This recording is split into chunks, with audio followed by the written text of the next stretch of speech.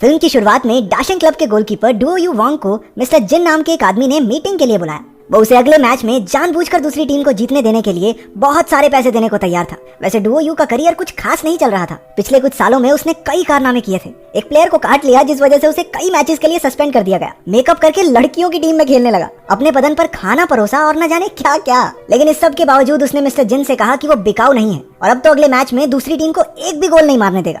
Match के दौरान उसने एक जबरदस्त गोल रोका, लेकिन फिर ओवर कॉन्फिडेंस में 5 गोल खा लिए। वो इतना खराब खेला कि दूसरी टीम वाले उसे हवा में उछाल उछाल के सेलिब्रेट कर रहे थे कि थैंक यू भाई, जितवा दिया। टीम से निकाल दिए जाने की वजह से डुओ यू बहुत दुखी था, लेकिन उसका एक साथी खिलाड़ी और बेस्ट फ्रेंड शैंग जुआंग उसे मनाकर कोच से बात करने के लिए ले आया। लेकिन वहाँ कोच ने उसकी जबरदस्त बेइज्जती करते हुए कहा, ओ देख बेटा, तेरी जगह कुत्ता ले लिया हमने टीम में वो भी बढ़िया खेलता है तेरे से। इस पर शैंग जुआंग को गुस्सा आ गया और उसने कोच से कहा कि अगर मेरे दोस्त को टीम में वापस नहीं लिया ना तो मैं भी टीम छोड़ दूंगा। टीम छोड़ देगा? जा छोड़ दे, हमारी तो टीम ही बहुत बढ़िया हो जाएगी, फुद्दू प्लेयर सारे निकल गए।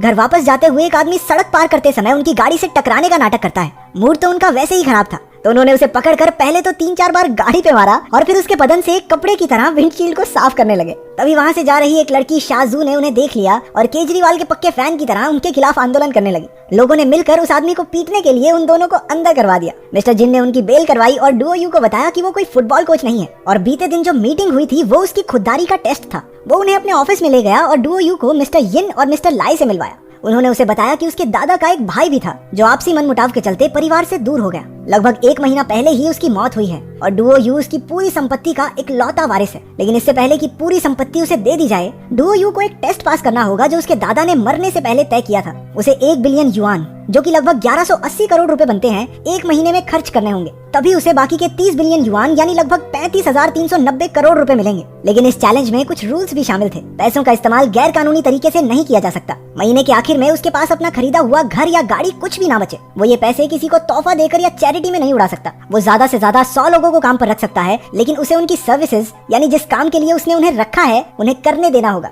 वो अपनी खरीदी हुई कीमती चीजों को खराब नहीं कर सकता। किसी चीज को जानबूझकर मार्केट वैल्यू से ज्यादा में नहीं खरीद सकता। और आखिरी नियम ये था कि वो किसी को भी इस गेम के बारे में बता नहीं सकता। लेकिन अगर वो ये परीक्षा ना देना चाहे तो वो 10 मिलियन युआन लेकर यहाँ से जा सकता है, जिससे बाकी के पैसे ट्रस्ट फंड में ही रहेंगे और मिस्टर लाई और मिस्टर युन उन्हें जैसे चाहे वैसे इस्तेमाल कर सकते हैं। डुओ यू ने चुनौती स्वीकार की, जिसके बाद मिस्टर जिन ने अपनी एक अकाउंटेंट को उसके पूरे खर्चे का हिसाब लगाने को कहा। ये कोई और नहीं बल्कि शाजू थी। उसे जेल भिजवाने का बदला लेने के लिए डुओ यू ने उसे तुरंत काम पर रख लिया। वो शैंग जुआंग को लेकर बैंक में अपने पैसे देखने गया। इतने सारे पैसे उन्होंने जिंदगी में नहीं देखे थे। तिजोरी से बाहर निकलते ही उन्होंने बैंक से मिले पैसों को उड़ाना शुरू कर दिया। डुओ यू बैंक के सभी गार्ड्स को खतरनाक तनख्वाह पर हायर कर लेता है। इसके बाद वो अपनी फुटबॉल टीम के पास गया और उन्हें बताया कि वो उन्हें और चाइनीज मेन लीग के सबसे अच्छे क्लब को रेंट पर ले रहा है ताकि स्टेडियम की मरम्मत का काम पूरा होने पर वो दोनों टीम्स के बीच एक मैच करवा सके। लेकिन वो सब ये सुनकर उस पर हंसने लगे, तो उन्हें अपनी बात का यकीन दिलाने के लिए उसने जेसीबी भर के पैसे फुटबॉल ग्राउंड में गिरवा दिए। उसने कुछ गाड़ियां भी रेंट पर ली और अपनी पूरी टीम के साथ वहाँ से होटल के लिए निकल पड़ा। रास्ते में वो शाजू के साथ अलग गाड़ी में बैठा और उस पर लाइन मारने लगा, जिस पर शाजू ने कहा, No, I have a boyfriend. जल्द ही वो सब एक आलीशान होटल में पहुंचे। वैसे तो वहाँ सिर्फ मेंबर्स अलाउड थे, पर डुओ यू ने मैनेजर को एक्स्ट्रा पैसे देकर पूरे होटल को 1 महीने के लिए रेंट पर ले लिया। मैनेजर खुश होकर सबको डाइनिंग रूम में ले गया, क्योंकि डुओ यू इस पैसे से अपने एम्प्लॉइज पर खर्चा कर सकता था और फुटबॉल टीम रेंट करने के बाद से वो सब एक तरह से उसके एम्प्लॉय ही हो गए थे। तो ये सब शर्त के नियमों के हिसाब से एकदम जायज था। उसने घोषणा की कि वो एक इन्वेस्टमेंट कंपनी शुरू कर रहा है जिसका सीईओ होगा शैंग जुआंग। इसे सुनकर वो बहुत भावुक हो गया, पर वो कहाँ जानता था कि डुओ यू ने उसे सीईओ सिर्फ इसलिए बनाया है क्योंकि वो 1 नंबर का बेवकूफ है और डुओ यू को पूरा यकीन था कि ये सारे पैसे डुबो के ही मानेगा। डुओ यू अपनी पूरी ताकत से पैसे खर्च करने में लग गया। करोड़ों के हेयर कट से लेकर महंगी गाड़ियां, फर्नीचर और कपड़े रेंट करने तक वो पैसे उड़ाने का कोई मौका नहीं छोड़ता। शाजू ने उसे समझाते हुए कहा कि अगर वो ऐसे ही फिजूल खर्चा करता रहा तो 6 महीने में उसके सारे पैसे खत्म हो जाएंगे, जो बदकिस्मती से उसके प्लान के हिसाब से 5 महीने ज्यादा है। इतने में शाजू का बॉयफ्रेंड जियानिन लू वहाँ आ गया। वो थोड़ी देर में एक लेक्चर देने वाला था कि कैसे इंसान को पैसे के पीछे नहीं भागना चाहिए। ये सुनकर डुओ यू ने अपनी तिजोरी से ढेर सारे पैसे निकाले और जियानिन से कहा कि ये ले पैसे, ये टीचर गिरी छोड़ और मेरे पास माली लग जा। इतने पैसे देखकर वो झट से माली बनने को तैयार हो गया और खुशी खुशी में 1-2 पैग भी चढ़ा लिए। शाजू को उसका ये रूप देखकर बहुत बड़ा धक्का लगा और वो उससे ब्रेकअप करके वहाँ से चली गई। अपनी इन्वेस्टमेंट कंपनी की पहली मीटिंग में डुओ यू ने जो सेक्टर्स लॉस में जा रहे हैं उनमें भर भर के पैसा लगाने को कहा। तभी वहाँ एक अजीब आदमी घुस आया जो अपने वाहियात आविष्कार के लिए फंडिंग चाहता था। उसने एक ऐसा डिवाइस बनाया था जिसकी मदद से लोग जमीन पर भी तैर सकते हैं। ये सोचकर कि यहाँ तो पैसे डूबेंगे ही डूबेंगे, डुओ यू ने उसे जबरदस्त फंडिंग दी और उसके बाद तो उसने शार्क टैंक चालू कर दिया, जिसमें उसने वहाँ मौजूद हर इंसान के आइडिया को फंडिंग दे दी। अगले दिन जब वो मसाज ले रहा था तो उसकी मसूस शाशा ने उसके साथ डिंग डोंग करने की कोशिश की। वो उसे रोकने की कोशिश कर रहा था लेकिन वो मान ही नहीं रही थी। तभी शाजू ने एंट्री मारी और डुओ यू को वहाँ से निकलने का मौका मिल गया। अगले दिन डुओ यू को शाशा मिस्टर यिन और लाई के साथ गोल्फ कोर्स में मिली। वो समझ गया कि उसे पक्का उन दोनों ने भेजा होगा ताकि वो डुओ यू को किसी तरह ये चैलेंज हरवा दें। लंच के दौरान जहाँ बाकी सबको आलीशान खाना परोसा गया, वहीं यिन और लाई को डुओ यू ने इंस्टेंट नूडल्स खिलाए, क्योंकि शर्त के नियमों के हिसाब से वो सिर्फ अपने एम्प्लॉइज पर ही खर्चा कर सकता है। डुओ यू ने ढेर सारे पैसे देकर एक अमेरिकन बिजनेस स्ट्रेटेजिस्ट मिस्टर लफीट को चाइना बुलाया और खाने पर उससे पूछा कि कोई ऐसा बिजनेस सजेस्ट करो जिसमें सारे पैसे डूब जाए। वो बिजनेस कोच इस बात का बुरा मान गया और कहने लगा कि वो सिर्फ लोगों को सक्सेस के लिए ट्रेन करता है, फेलियर के लिए नहीं। वो बिना खाना खाए गुस्से में वहाँ से चला गया।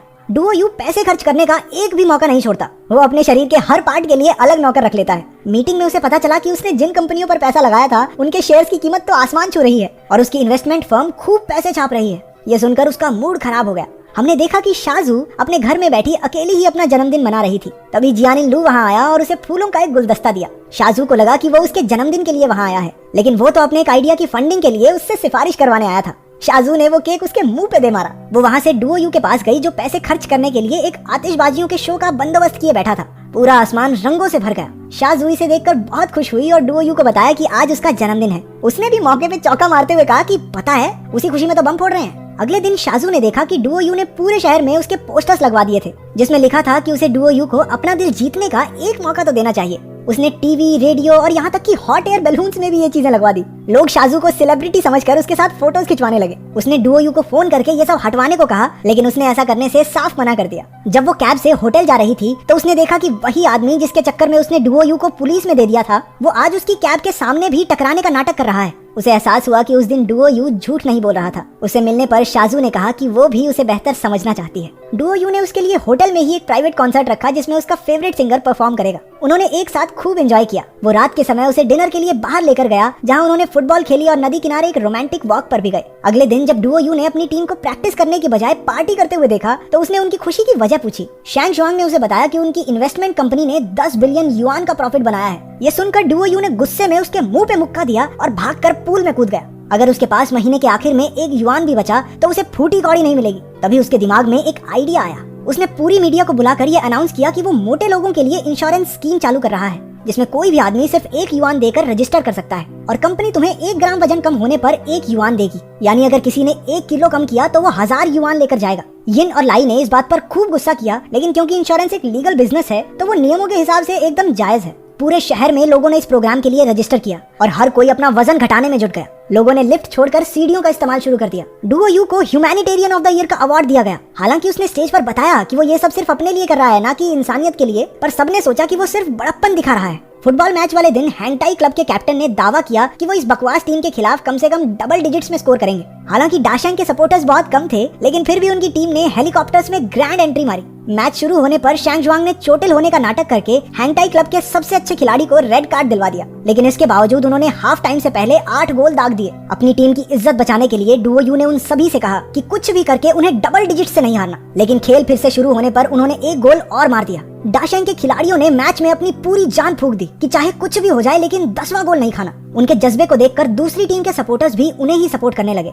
सब्स्टिट्यूट खत्म हो जाने के बाद कोच खुद खेलने के लिए ग्राउंड पर उतरा, लेकिन फिसलकर गिरने की वजह से उसकी कमर में लचक आ गई। उन्होंने जैसे तैसे दूसरी टीम को 10वां गोल करने से रोक दिया। मैच खत्म होने पर दर्शकों और पूरी टीम में खुशी की लहर दौड़ पड़ी। मैच के बाद डुओ यू को शाजू के नंबर से एक फोन आया। एक अनजान आदमी ने कहा कि उसने शाजू को किडनैप कर लिया है और अगर उसने सुबह तक $10 मिलियन नहीं दिए तो वो उसे मार देगा। डुओ यू के सामने एक बहुत बड़ी मुसीबत खड़ी हो गई। अगर उसने वो पैसे किडनैपर्स को दे दिए तो ये चैलेंज के नियमों के खिलाफ होगा और वो इस टेस्ट में फेल हो जाएगा। लेकिन असलियत में ये उसके दादा का सेट किया हुआ आखिरी टेस्ट था, ये जानने के लिए कि वो इंसानी जिंदगी को पैसों से ज्यादा अहमियत देगा या नहीं। मिस्टर जिन को डुओ यू पर पूरा भरोसा था कि वो शाजू को बचाने के लिए पैसे जरूर देगा, लेकिन उधर डुओ यू तो बार में गाना बजाना कर रहा था। सुबह तक उसका इंतजार करके जैसे ही मिस्टर जिन और शाजू निराश होकर वहाँ से निकलने लगे तो उन्हें वो रोता हुआ पैसों के साथ सीढ़ियों पर बैठा हुआ मिला।